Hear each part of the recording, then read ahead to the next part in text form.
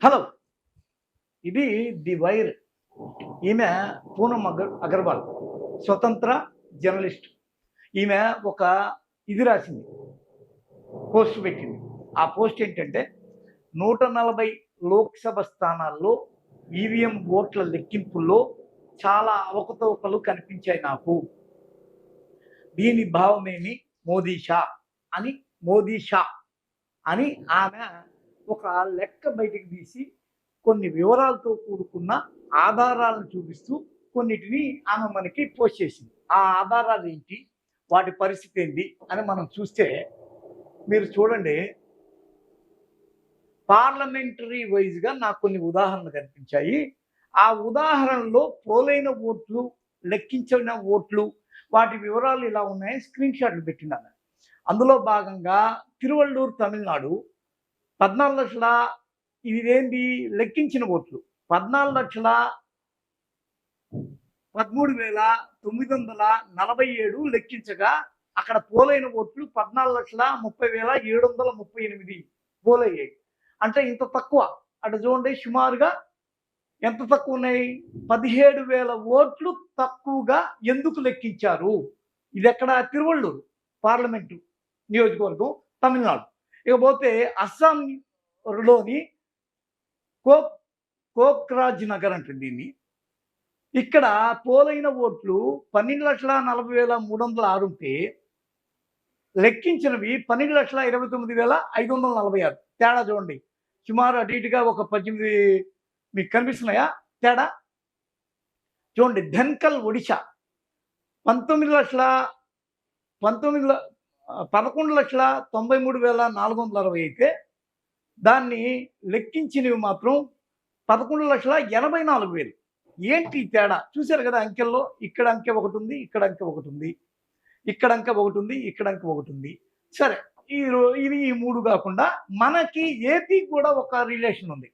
ఒంగోలులో కూడా ఈ లెక్కల తేడా జరిగిందనేది పూనమ్ అగర్వాల్ ఇచ్చిన ఒకానొక అనలైజేషన్.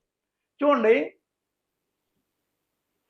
కరీంగంజ్ అస్సాం 11,40,349 ఓట్లు లెక్కించగా పోలైన ఓట్లు 11,36,538. ఇక్కడ దానికి దీనికి తేడా ఏంటి? ఆ ప్యాటర్న్ ఏంటంటే ఈ ప్యాటర్న్లో తక్కువ ఓట్లు పోలైనా ఎక్కువ ఓట్లు వచ్చినట్టు చూపించాడు. ఇప్పుడు ఒంగోలులో పోలైన ఓట్లన్నీ 13,99,707. కానీ కౌంట్ చేసింది ఎంత? 14,100,174. ఎలా సాధ్యం ఇది? ఇకపోతే మధ్యప్రదేశ్ పోలైన ఓట్లు 15,30,861.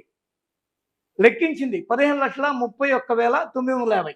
ఇది అసలు ఈమె ఇచ్చిన వివరాల్లో మెయిన్ కీలకమైంది. ఇకపోతే కొన్ని ప్రశ్నలు ఉన్నాయి మాకు అని చెప్పి అడుగుతున్నారు కొందరు.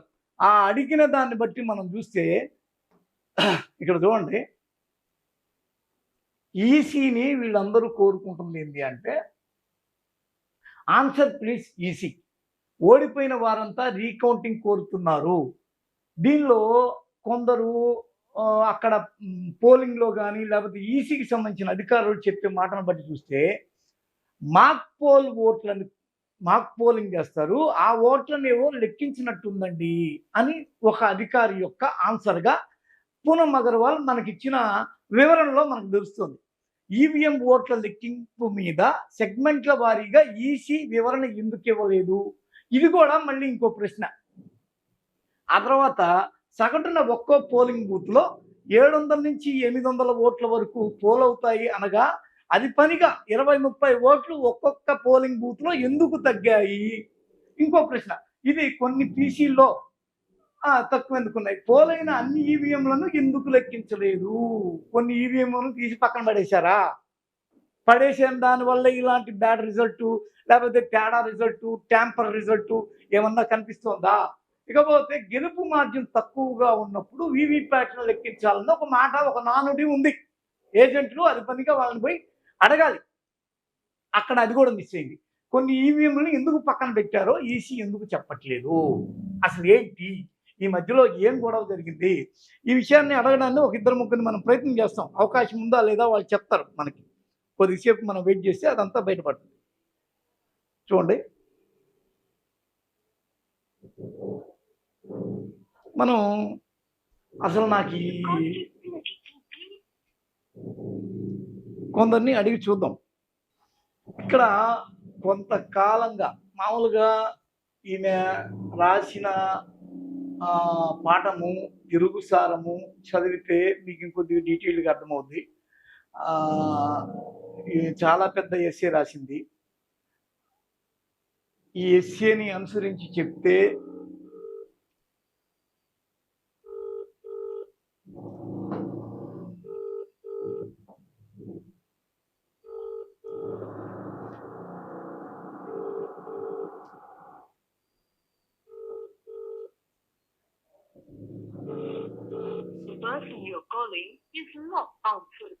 ఇప్పుడు మనం ఇంకొకరిని ఫోన్ చేసి కనుక్కుందాం.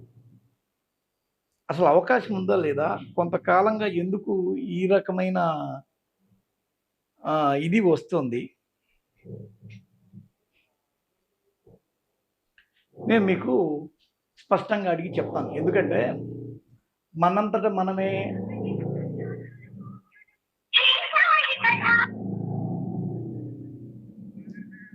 తిరుపతి రెడ్డి గారు ఇక్కడ ఏందంటే ఒక వైర్‌లో ఒక వ్యాసం వచ్చింది. ఏందంటే 140 ఎంపీ సీట్లలో పోలైన ఓట్లు వర్సెస్ లెక్కించిన ఓట్లు. ఆమె 2 ప్యాటర్న్‌ని మనకి చెప్పిందనమాట. ఏమనంటే కాదు. ఆమె ఎవరు అంటే పూనం అగర్వాల్. పూనం అగర్వాల్ ఆమె మనకి చెప్పింది ఏంటంటే కొన్ని ప్యాటర్న్‌లు చెప్పింది. ఒక దగ్గరేమో ఎక్కువ ఓట్లు వస్తే వాటిని తక్కువగా లెక్కించారు. కొన్ని దగ్గర తక్కువ ఓట్లు వస్తే ఎక్కువగా లెక్కించారు. అవసరాన్ని బట్టి అనమాట. ఇప్పుడు మీకు ఒక టీడీపీ అభ్యర్థి ఒంగోలులో మీకు ఆ ఒంగోలు లెక్క కూడా ఉంది ఇక్కడ. ఒంగోలులో ఎట్ట జరిగిందంటే పోలైన ఓట్లు 13,99,707 అనుకోండి. మీ ఒంగోలే. మేము అందుకే మీకు ఫోన్ చేసింది. ఇక్కడ ఏం జరిగిందంటే ఓట్లను లెక్కించింది 14,01,174. ఇది ఎలా సాధ్యమైంది? ఏమన్నా ట్యాంపరింగ్ నిజంగానే జరుగుంటుందా గ్రౌండ్ లో?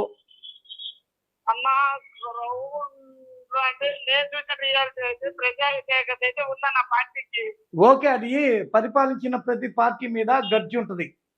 కానీ ఆ పార్టీ అంత ఘోరంగా పరిపాలించిందా అనే దాని మీద ఇప్పుడు డిస్కషను. దాని మీద ఇప్పుడు స్టార్టింగ్ లో చూడండి, స్టార్టింగ్ లో ఇప్పుడు ఈ వీవీప్యాట్లలోని స్లిప్పులు బయటపడేయడము అవన్నీ కనిపించినాయి. కొన్ని దృశ్యాలు తర్వాత ఇవన్నీ కొన్ని కనిపించాయి ఆధారాలు. ఇప్పుడు ఏం జరిగిందంటే అసలు నేషనల్ వైడ్ కూడా స్టేట్ వైడ్ గా మన కడుపు మంట ఏముంటుందంటే పార్టీ వైజ్ గా కొందరు ఏమంటారంటే లేదు మీకు 2019లో మాత్రం మీకు మాత్రం సమ్మగా ఉందా, అప్పుడు జరగలేదా, మీరు సైలెంట్గా ఉన్నారా, ఇప్పుడు మాత్రమే ఎందుకు ఇది అని చెప్పి కొట్టుకుంటున్నారు. కానీ జాతీయ అంతర్జాతీయ ఎవరో ప్రొఫెసర్ అయితే అంతర్జాతీయంగా ఒక ఆయన రాశారంట, ఈవీఎం అంటే ప్రజాస్వామ్యాన్ని తీసుకుపోయి బొంద పెట్టడమే. అక్కడ ప్రజల యొక్క తీర్పు ఎట్టి పరిస్థితిలో స్పష్టంగా కనిపించదు. నీకు అంతెందుకన్నా, ఇప్పుడు కొందరు కాపు సోదరులు ఉన్నారు, వాళ్ళైతే డైరెక్ట్ గా అన్నారు 21కి 21 బ్లండర్ అన్న. నువ్వేమన్నావు అన్న?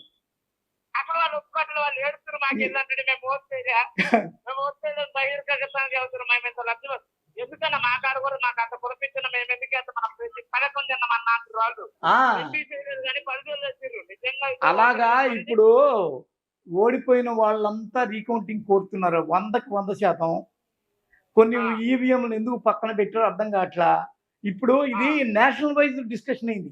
ఈసీ కొన్ని వివరాలని తన యొక్క సైట్లలో రిప్రజెంట్ చేయట్లేదు అని ఒక పేరుంది. దీని మీద మీరేమంటారు? ఒంగోలు వాసిగా, ఒంగోలు జిల్లా వ్యక్తిగా ఒంగోలులో ఈ విధంగా జరిగింది అంటే మీరు చెవిరెడ్డి భాస్కర్ రెడ్డిని పట్టుకొని ఏమన్నా పోరాటం చేయించడం అలాంటివి ఏమన్నా ఉన్నాయా? ఆయనైతే ఒక పెద్ద వ్యవస్థను నడుపుతున్నాడు. ఎవరు ఆయన?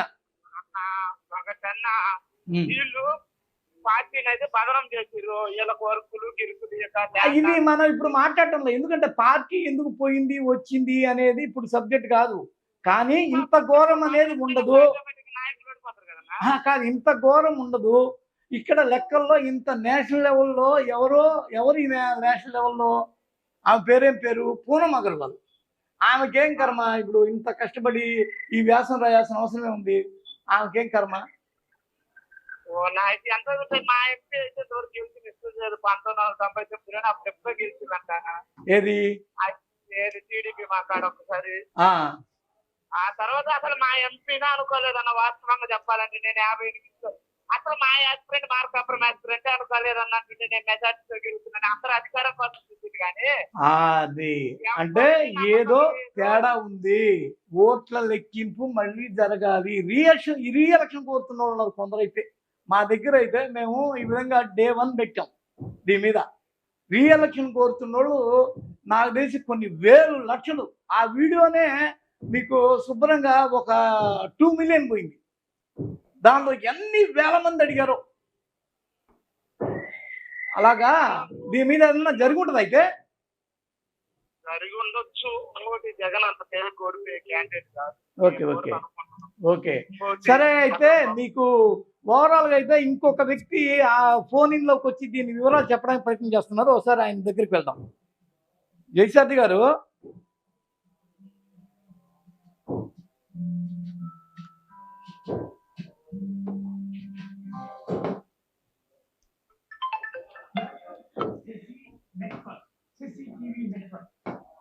జయశారథి గారు, చెప్పండి. మీరు ఒక పోస్ట్ పెట్టారు పూనమ్ అగర్వాల్ది సంబంధించిన ఒక వీడియో. నేనేం పెట్టాను? నేను పెట్టలేదే. ఒక వీడియో పెట్టారు మీరు. ఆ వీడియోలో పూనమ్ అగర్వాల్ అనే ఒక సీనియర్ జర్నలిస్టు, స్వతంత్ర జర్నలిస్టు, ఈ విధంగా 140 స్థానాల్లో 140 లోక్సభ స్థానాల్లో ఈవీఎం కౌంటింగ్ లో పొరపాటు జరిగినది ఆమె యొక్క వార్త. అంటే నేను పూనమ్ అగర్వాల్ది మరి చూసాను కానీ చాలా ఈవీఎంలలో అట్లా చాలా నియోజకవర్గాల్లో దాదాపు 360 నియోజకవర్గాలలో మీరు ఇంకొద్దిగా ఎక్కువ లెక్క చెప్తున్నారు. ఈవీఎం మిషన్లలో పోలైన ఓట్లకు లెక్కించిన ఓట్లకు తేడా ఉన్నది అనేది బయటకు వచ్చింది. అది యాక్చువల్ గా అత్యంత ప్రముఖమైనది ఏంటంటే వారణాసి నియోజకవర్గంలోనే 1,87,000 ఓట్లు ఎక్కువ ఉన్నాయి. పోలైన ఓట్ల కంటే లెక్కించబడిన ఓట్లు ఉన్నాయి. ప్రధాని మోడీ గెలిచింది 1,52,000 ఓట్లతోనే అని ఏదో వీడియో కూడా చూశాను. వాస్తవం ఏంటనేది ఎన్నికల కమిషన్ ప్రకటించాలి, లేదా ఆర్టీఐ నిబంధనలు తీసుకొని చేయాలి. ఓకే. అంటే ఈసారి మొదటిసారి అంటే ఈవీఎంలు హ్యాక్ చేయబడతాయి, ఈవీఎంలు మార్చేస్తారు అనేటువంటి అభిప్రాయాలు ఉన్నాయి. అంటే ఈవీఎంలు హ్యాక్ చేస్తారో లేదా అనేది వరకు మరి అధికారిక ప్రూవ్ కాలేదు. మాట్లాడడానికి అయితే అవకాశం ఉంది కదా. ఓకే. డీసీకో ఈవీఎం పెట్టడం, వాటికి ఏం నెంబరింగ్ ఏమి ఇయ్యలే కదా ఈవీఎంలకు. అవునవును. ఇచ్చి ఉంటే అది మారలేదు అని అనుకోవచ్చు. ఈసీని కూడా చాలా మంది చాలా ప్రశ్నలు అడుగుతున్నారు. ఈవీఎం తీసేసి మా కొత్తది పెట్టుకునే అవకాశం. ఎందుకంటే ఎస్వీ రే గారు మాట్లాడింది కూడా చూసినాం. ఏమన్నారు? 60 లక్షల ఈవీఎంలను కేంద్ర ప్రభుత్వం ఆర్డర్ చేసింది. అందులో 40 లక్షల ఎలక్ట్రానిక్ ఓటింగ్ యంత్రాలను, ఈవీఎంలను మాత్రమే ఎన్నికల సంఘానికి ఇచ్చారు. ఓకే. మిగతా 20 లక్షలు ఈవీఎంలు ఎక్కడికి పోయినాయి? ఎక్కడికి పోయినాయి అవి? ప్రశ్న. ఎన్నికల సంఘాన్ని అడిగితే మాకు 40 లక్షలు ఇచ్చారు, మా దగ్గర ఉన్నాయి 40 లక్షలు ఇచ్చి అంటుంది. మరి ప్రభుత్వం 60 లక్షలకు ఎందుకు ఆర్డర్ చేసినట్టు? ఓకే. ఆ 20 లక్షలు ఏమైనాయి? ఎత్తుపోయినాయి. దీనికి ప్రభుత్వం అయినా ఎన్నికల సంఘం అయినా సమాధానం చెప్పాల్సిన అవసరం ఉంటుంది. ఇవి దొరకనటువంటి సందర్భంలో ఈ అంశాలన్నీ బయటకు వస్తున్నాయి. ఓకే. పోలైన దానికంటే అదనంగా ఓట్లు ఈవీఎంలలో బయటపడుతున్నాయి, లెక్కల్లో వస్తున్నాయి. ఒకటి మీరు అన్నట్టు మాక్ పోలింగ్ చేసిన తర్వాత దాన్ని రిఫ్రెష్ చేయలేదా ఒకటి. లేదా గెలుపోవటంలను తారుమారు చేయడానికి ఉమ్, కొన్ని పోలింగ్ బూతుల యొక్క ఈవీఎంలను మార్చేశారా ఉమ్, అనేది ఒక అనుమానం, ఓకే. ఆరోపణ. అవును అంటే దీన్ని ఎన్నికల సంఘం చేయాలి. రాను రాను ఎందుకంటే ఎన్నికల వ్యవస్థ మీద నమ్మకం పోయి అవును. ఎవరో ఒక అమెరికన్ జర్నలిస్ట్ రాశాడు, ఈవీఎం అనేది కిల్లర్ ఆఫ్ డెమోక్రసీ అని రాశాడు. మరి అంటే actual గా ఇప్పుడు అమెరికా లాంటి దేశాలలో కూడా బ్యాలెటే వాడుతా ఉన్నారు. అవును. పెద్ద పెద్ద దేశాలన్నింటిలో కూడా బ్యాలెట్ పేపర్ మీద వాడుతున్నారు. ఇక్కడ మ్మ్. మాత్రమే ఇలా జరిగింది అన్నప్పుడు కొంత మ్మ్. అనుమానం వస్తున్నమాట వాస్తవమే. వైర్ ఇంత భారీ ఎత్తున రాయడము, రాయించడము, లేకపోతే దాన్ని అలౌ చేయడం అనేది మామూలు విషయం కాదు కదా. కాదు, ఎన్నికల సంఘం దీన్ని నివృత్తి చేయాల్సిన అవసరం ఉన్నది. ఓకే. క్లారిటీ ఇవ్వాలా, ఆ, నివృత్తి చేయాలి, ఓపెన్ గా చెప్పాలి, దాని గురించి మాట్లాడాలి. ఎందుకంటే ఉమ్, ఈ దేశంలోనే ఉమ్, ఇందిరాగాంధీ ఎన్నిక చెల్లదంటూ సుప్రీంకోర్టు తీర్పిచ్చింది, అక్రమాలకు పాల్పడ్డారంటూ కూడా. ఎవరు? ఇందిరాగాంధీ ఇందిరాగాంధీ అంతటి మాస్ లీడర్. ఆ విషయంలో వచ్చింది, చాలా మంది మీద వచ్చింది. అట్లా వచ్చిన వాళ్ళు ఉన్నారు. ఓకే. ఉమ్మడి రాష్ట్రంలో కూడా ఇలాంటి జరిగింది. ఓకే. హైదరాబాద్ మాజీ మంత్రికి సంబంధించినటువంటి ఎన్నిక మీద కూడా సుప్రీంకోర్టు తీర్పు ఇచ్చింది. కాబట్టి ఓకే. కాబట్టి ఒక్కసారి ఆలోచించాల్సిన అవసరం ఉన్నది. ఉంది, ఏదో దీని మీద చర్చ పెద్ద ఎత్తున జరగాలి. ఎందుకంటే ఉమ్,